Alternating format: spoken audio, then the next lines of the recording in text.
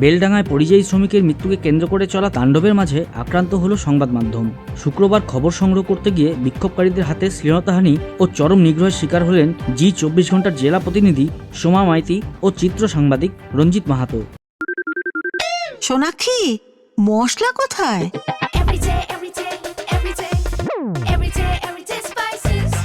Everyday মশলা, দেশের স্বাদ।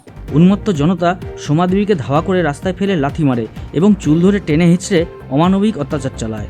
গুরুতর আহত অবস্থায় তাদের বহরমপুর হাসপাতালে ভর্তি করা হয়েছে। সাংবাদিকের শরীরে একাধিক আঘাতের চিহ্ন ও শ্লীলতাহানির এই ঘটনায় জেলা জুড়ে নিন্দার ঝড় উঠেছে। সাংবাদিকদের নিরাপত্তা নিয়ে ফের বড়সড় প্রশ্ন তুলে দিল এই নজিরবিহীন হামলা।